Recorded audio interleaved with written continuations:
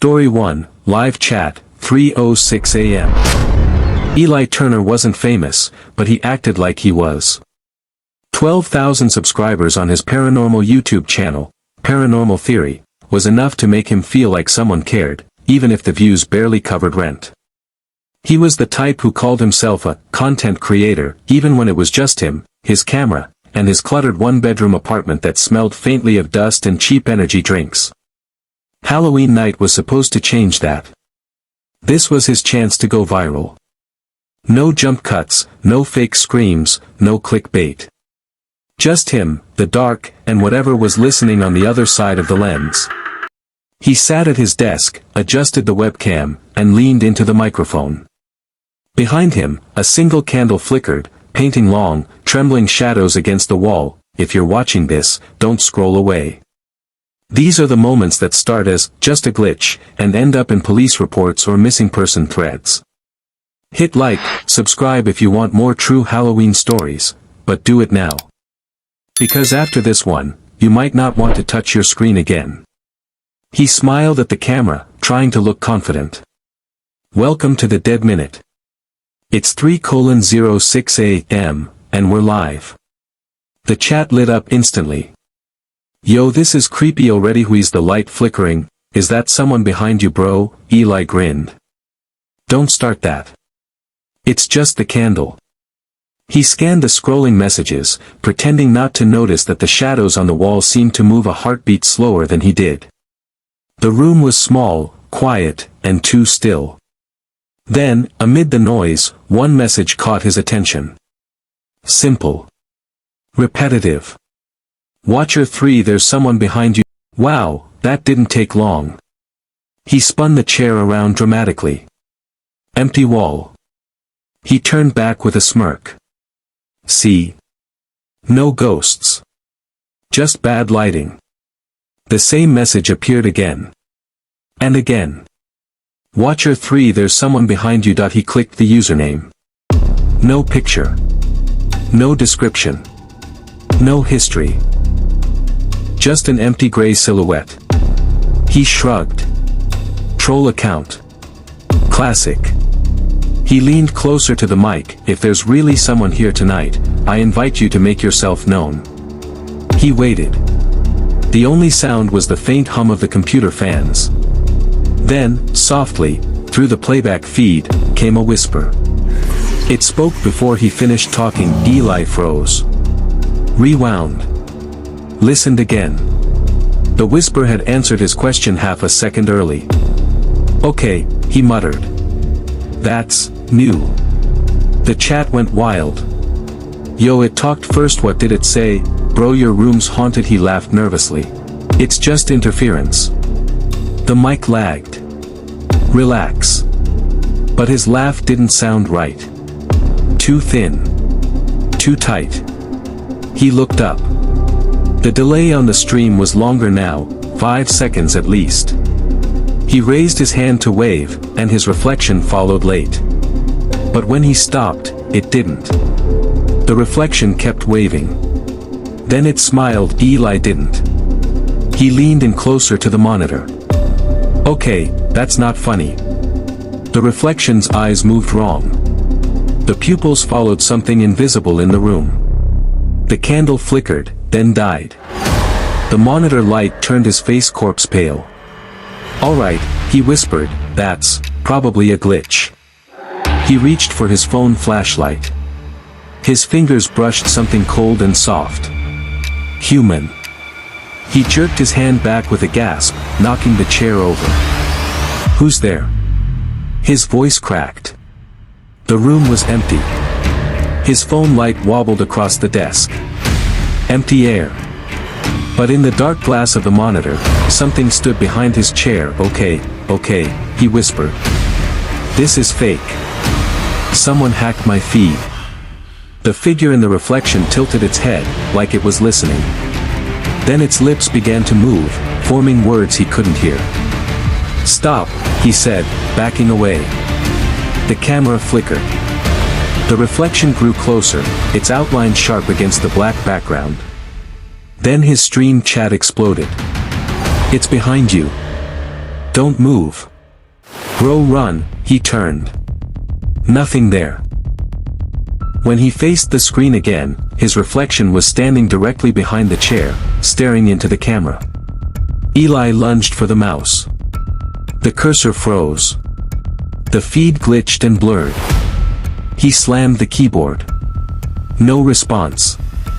Then came a new line in the chat, "Watcher 3, it's your turn." The screen blinked white. Then static. When it cleared, the comments were chaos, half disbelief, half terror. People swore they saw movement in the monitor reflection, shapes in the static, eyes blinking in the dark. YouTube moderators tried to shut it down. The backend said the user was active. But the IP address wasn't traceable. It didn't exist. By the second night, the stream was still running. The candlelight had dimmed, as if the wax never melted. And the breathing, soft, rhythmic, came faintly through the speakers. No one could tell if it was real. At exactly 3:06 a.m., the chair turned slowly toward the camera. No one was in it. Then, for less than a second, a figure appeared reflected in the monitor, a pale face, hollow-eyed, screaming silently. The image glitched out, replaced by static. When it cleared, the chair was empty again. But the breathing continued. Louder now. A viewer named Lara stayed awake the third night, recording the feed. Around 4:12 a.m., she noticed something buried in the flood of comments, a message from Eli's own account. Eli Turner, don't look at the screen. It had been posted 3 hours after he vanished. She rewound the footage. The message was real. But by the time she tried to screenshot it, it was gone. That same day, Eli's channel disappeared completely. No videos, no archives. Just blank space where his name used to be. The following Halloween, a new live stream appeared. No title. No thumbnail. Just an empty room and a single candle burning beside a chair. The video description read, "Streaming live, 3:06 a.m. Thousands tuned in." And in the reflection on the monitor, someone new was sitting there. No one recognized the face, and if you stare long enough, the reflection smiles. Half a second too late. That was live chat, 3:06 a.m., where the internet's ghosts never log off. But not every haunting hides behind a screen. Some live right outside your house, carved into a grin that never fades. Don't go anywhere, because our next story begins on Elm Lane, where one pumpkin burns with more than just a flame. Story 2, The Pumpkin on Elm Lane. You can tell a lot about a neighborhood by the way it looks on Halloween night. Some streets go all out, orange lights wrapped around every porch rail, skeletons dancing in front yards, the smell of cheap smoke machines mixing with candy corn and cold air. But on Elm Lane, it was quieter. The kind of quiet where you could hear the wind scrape dry leaves along the curb. Just a row of old houses, every one of them sitting a little too far from the streetlights.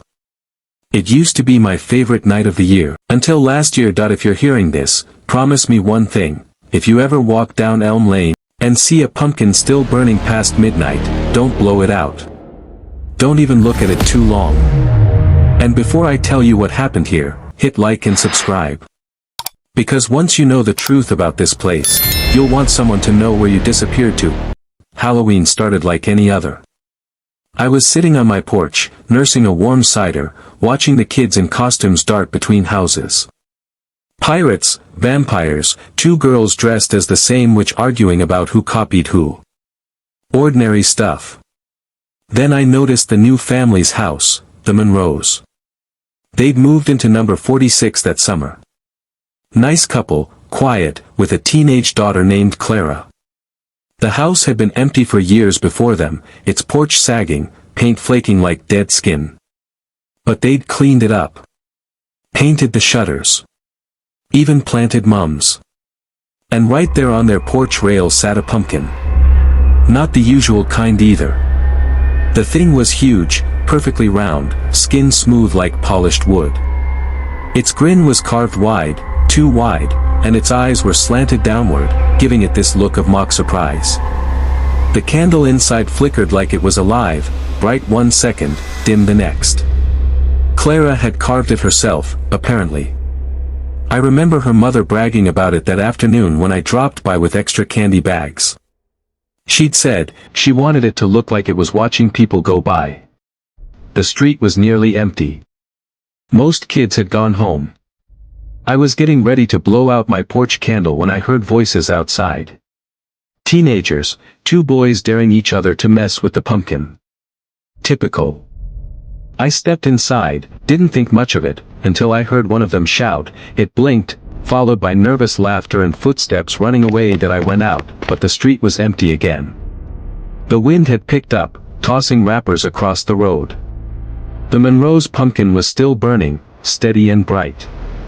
Around midnight, every house on Elm Lane went dark, except theirs. That light kept flickering in the window. I remember thinking it looked almost like breathing.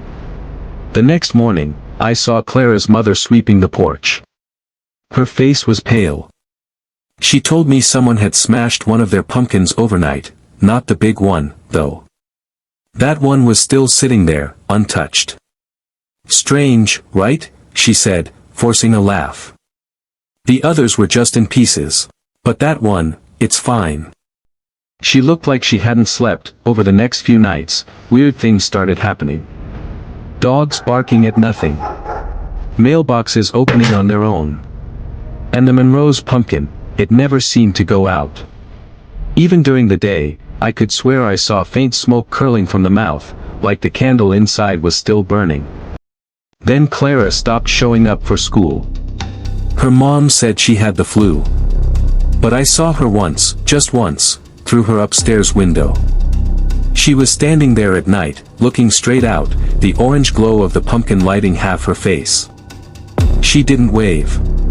By Halloween week's end, the air around that house felt wrong. You could feel it in your teeth, like static. One night, I couldn't sleep. Around 3 a.m., I went to get some water and saw that the Monroe's porch light was on again. Only this time, there were more pumpkins. Dozens of them. All lined up neatly along the railing and steps. Each one carved with the same 2-wide grin. And I swear I could hear something, not voices exactly, more like low, wet breathing. I watched from my window as one of the smaller pumpkins flickered, the light inside flaring like a heartbeat. Then, for just a second, I saw a shadow move across the Monroe's hallway. Tall. Human-shaped. But not quite. The next morning, the pumpkins were gone. Every single one. The porch was clean, not even a seed left behind. But the smell of rot hung in the air, thick and sour. I didn't see Clara after that. Or her parents. On November 2nd, I finally got the nerve to walk over there. The mailbox was stuffed, the grass untouched, the front door locked. I peered through the glass and saw something faint, a light deep inside the living room. A single candle glow. I should have walked away. But I didn't. The door opened when I turned the handle. Inside smelled like mildew and something else, iron, maybe. The floor creaked underfoot as I stepped into the living room. The walls were covered in handprints, small ones, like a child's, smeared in something dark. And there, in the middle of the floor, was the pumpkin. Only this time, it wasn't carved anymore. Its skin had grown over the openings, sealing them shut like scar tissue. The candle inside still flickered faintly, though the wick was drowned in wax. I leaned closer. The surface seemed to pulse. Then, behind me, I heard it, a whisper. Soft. Almost playful. Trick or treat. I turned so fast I nearly fell. No one there. When I looked back at the pumpkin, its face had changed.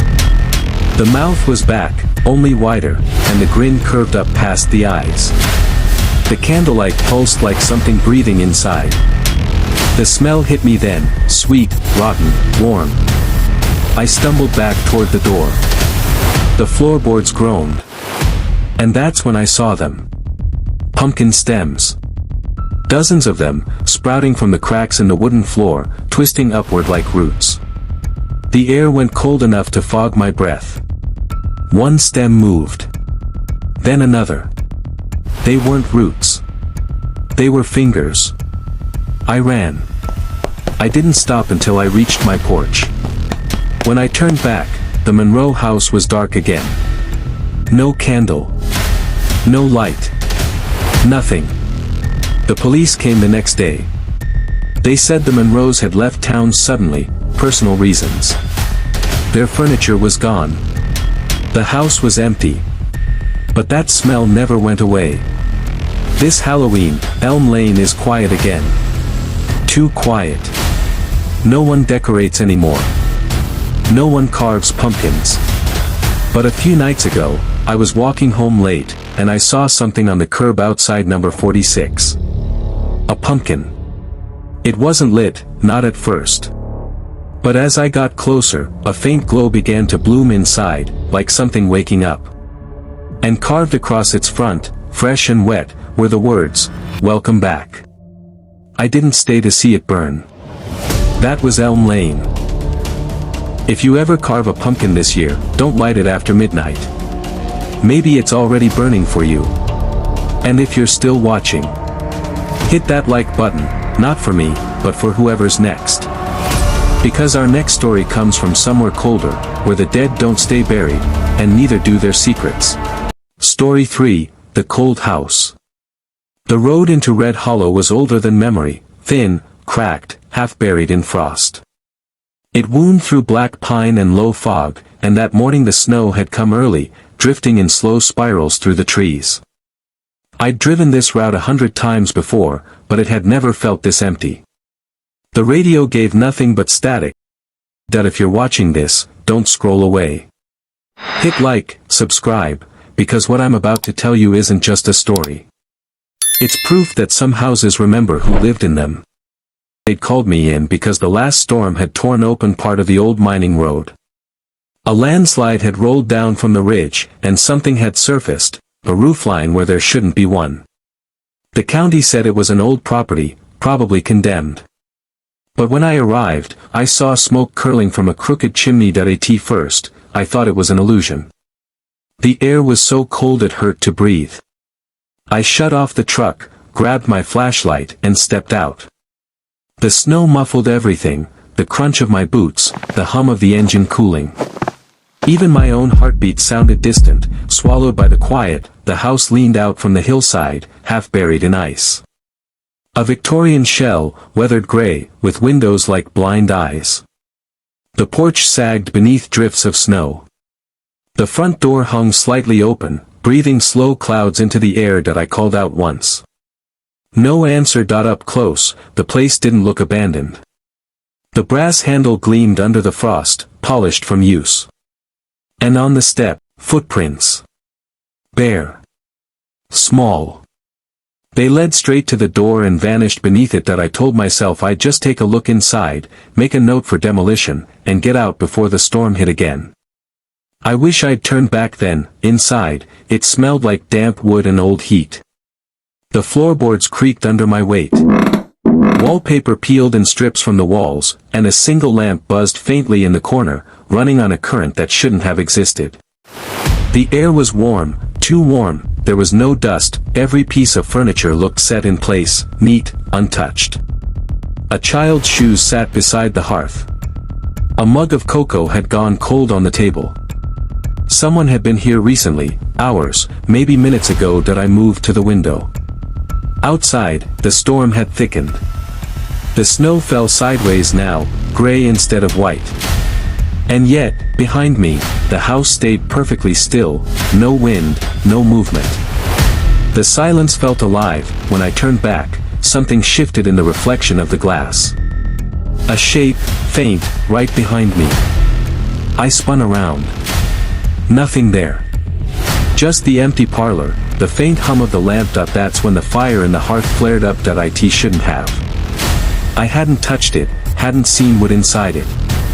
But it burned anyway, soft, steady, blue at the edges. I stepped closer, and on the mantel above it, I saw the photographs.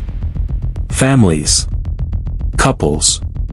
Children standing stiff before this very house. Just rhythm. Breathing. When I turned, the wall bulged inward. Plaster split, white dust falling in streams. Underneath, shapes pressed outward, hands, pushing through from the other side that I ran. The stairs groaned under me, splintered halfway up. I clawed at the hatch, but when I reached it, it was shut. From above that I screamed until my voice tore. Silence answered. When I finally forced it open, the living room was dark. The fire had gone out, but the warmth hadn't. The air felt alive, heavy, thick with breath that wasn't mine. The windows glowed faintly from within, as if the frost itself held light. That I tried the door. It wouldn't open. Neither would the windows. Every hallway bent back into another, rooms looping endlessly until I found myself standing in front of the same dead fire again. That I don't know when I fell asleep. Maybe I didn't. When I opened my eyes, it was daylight. Or what looked like daylight. The snow outside wasn't snow anymore, it was ash, drifting slow, covering everything. The world beyond the glass was gone. The fire burned again, blue and silent. On the mantle, the photographs had changed. Every frame showed me, older, younger, standing in rooms I didn't remember. Behind me, always the same faint shape. A woman's voice whispered near my ear, "We kept the fire going. You came home too late." I turned up. By the hearth lay something small, curled in the ashes. A child's shape, smiling faintly, its skin gray with frost. It was me. I dropped the camera I'd been holding. The feed tilted sideways, catching the flicker of the fire as the house sighed again. The floorboards cracked open, veins of ice crawling up the walls. I don't know how long it's been since then. The clock ticks, but it never moves. Every door opens to this same room. The house breathes. It watches. It waits. If you're still watching this, like, subscribe. Because some stories don't end. They wait for someone to find them again. And before you go, tell me, what time of the day are you watching this story? Comment below. I want to know if the scare really got to you, because if you hear breathing tonight, it might just be me.